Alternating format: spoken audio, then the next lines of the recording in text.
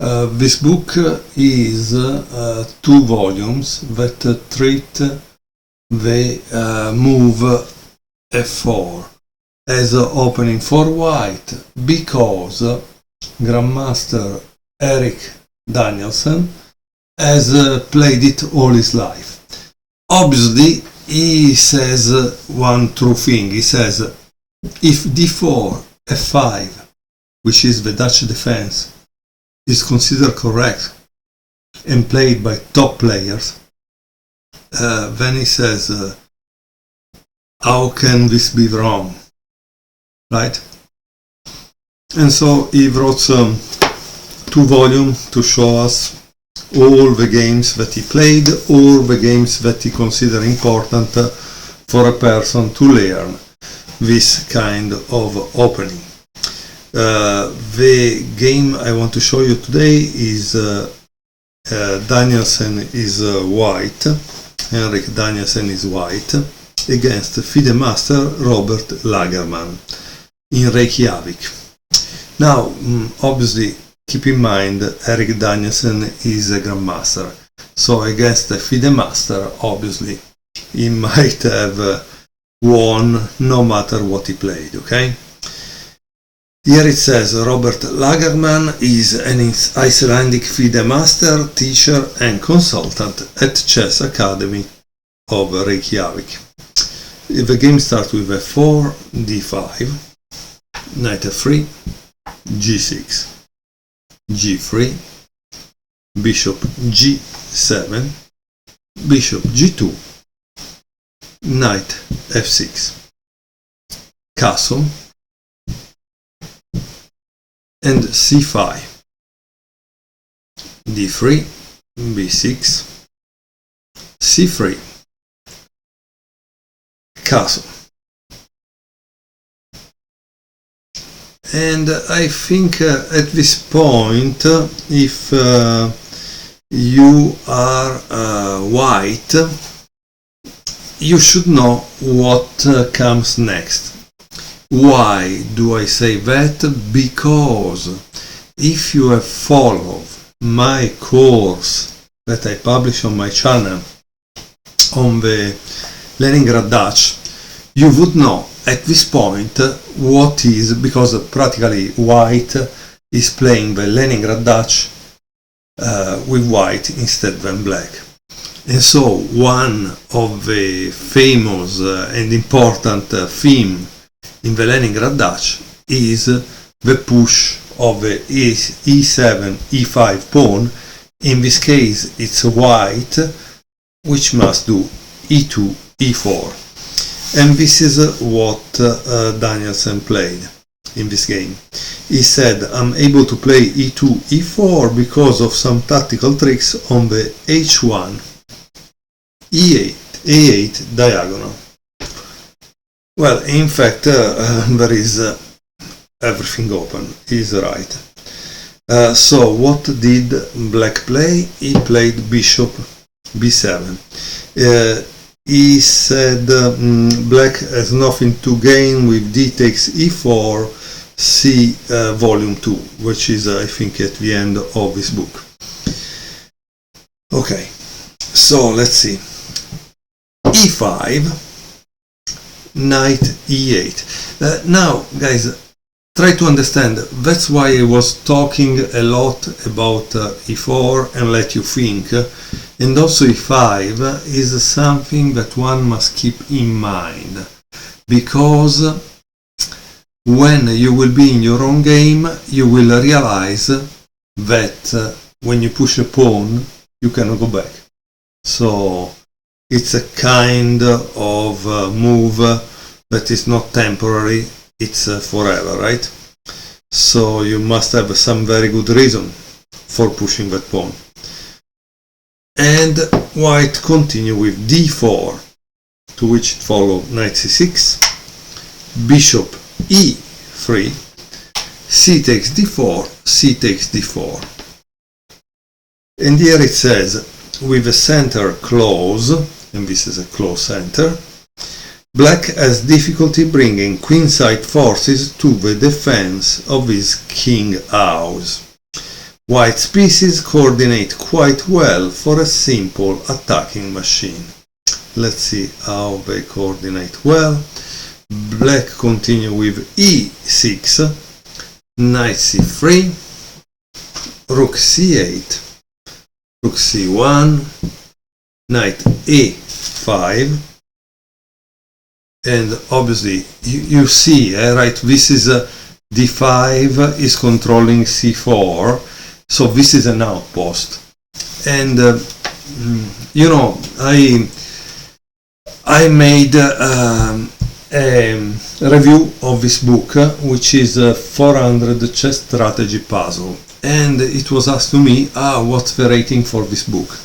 Well, the rating given by the author is around 2000, but in my opinion, strategy is the answer to the question what my opponent want to do and what should I do in this position, right? So it's not a question of rating, it's a question of yourself asking questions. If you don't ask yourself questions, you're wasting time. So after rook c1, knight a5, if you're white, you need to ask yourself what my opponent wants to do, what black wants to do. Obviously he wants to play this, right? Because it will be a big mess for white to have a knight here. So what do you play to prevent this move? And that's the essence of strategy practically. You just need to ask yourself questions and find the answer. In this case, white played b3, because in this way black cannot play knight c4, right? So black continue with knight c7, rook f2, rook e8. And now, obviously, once white has stabilized the situation on one side, that black is not going to overrun your forces and create a pass pawn that is gonna be promoted, you have your own plan, right? What do you want to do? You want to attack this king, right? How do you attack the king? Obviously, bringing the pieces into that side. But before bringing the pieces, you need to dismount the bodyguard, the defensive structure. So what do you play in order to dismount the structure? Obviously you play g4. Why? Because then you will want to push and have open lines, but most of all these soldiers, they will fight against each other, and once a good part of this formation is removed, with your pieces you overwhelm the opponent and win the game. Okay? Black continue with bishop f8. Obviously white wants to break in, so he needs to push those pawns in order to gain space, to gain open lines, right? So after f5, black played queen e7. Now here white made a mistake. He played f takes g6. Instead, it seems it was better knight g5. I let you find the reason why, because obviously if you really want to learn this opening, you must do some effort, and in some cases to understand why one move is better than another. And so you need to do your own analysis, okay? Okay, so he played f takes g6. Black also played f takes g6.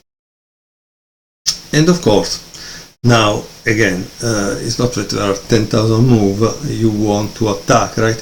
So he played knight g5. Okay.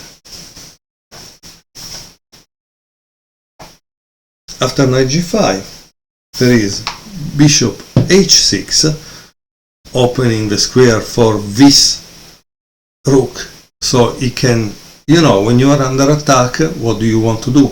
You want to exchange the pieces so the attack fade, right? So that's the reason of bishop h6.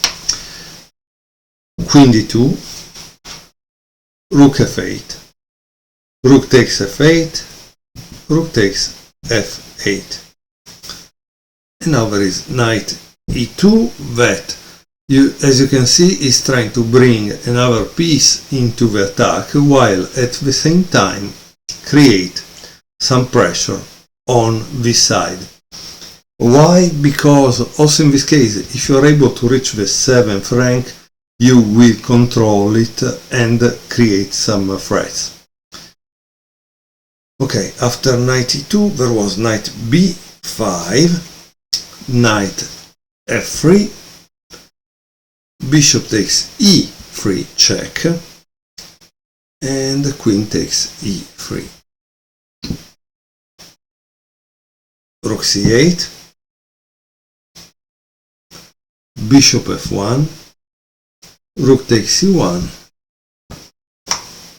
queen takes c1.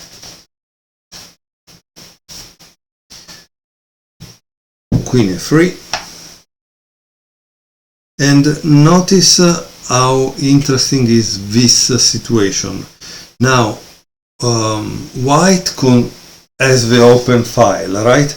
If it was a rook it would be perfect, because it says, oh, that's what they tell us, to put the rook on open files. But the problem is that this open file is controlled by black, because black controls c8, black controls c7, black controls c6, black controls c5, black controls c4, and black controls c3. So all this file, this open file, is in reality controlled by the enemy, so you cannot really enter and create havoc.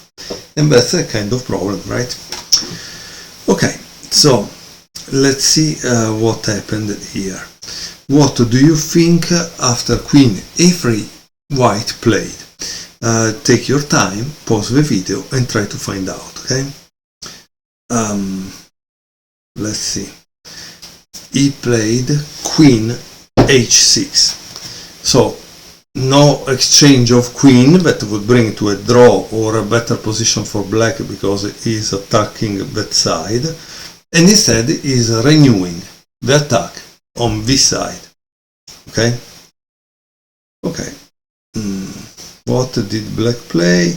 Knight c7, knight g5, queen e7, knight f4,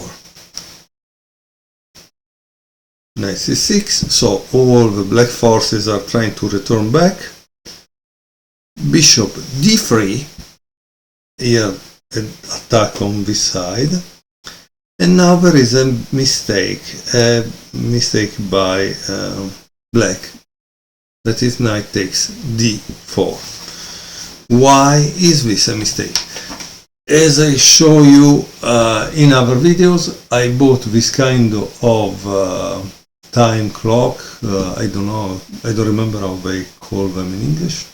This is at 3 minutes, but you could also use 10 minutes. Okay, so you pause the video, turn your clock for 3 minutes, and at the end of the time you decide to watch what is the correct move and line, and see if it's the same line that you thought. So why to use 3 minutes? Because it's a good amount of time for modern time controls. Okay?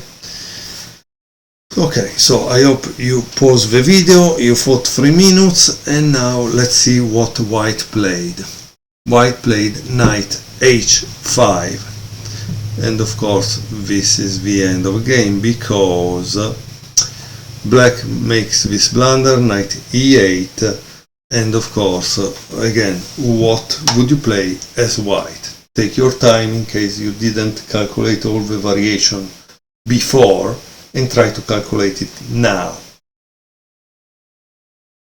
white played bishop takes g6. Now, why is such a devastating blow? Because after h takes g6, queen takes g6, king f8, queen h6, king g8. Obviously, if you do this, you're going to lose it. If you do this, you're going to take checkmate here, okay?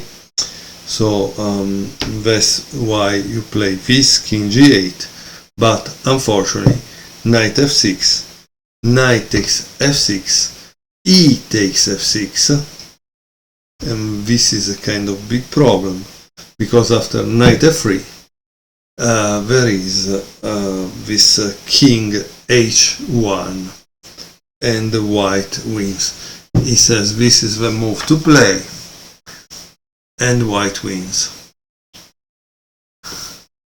Okay, so why white wins? Because, let's see, after this, right, what do you do?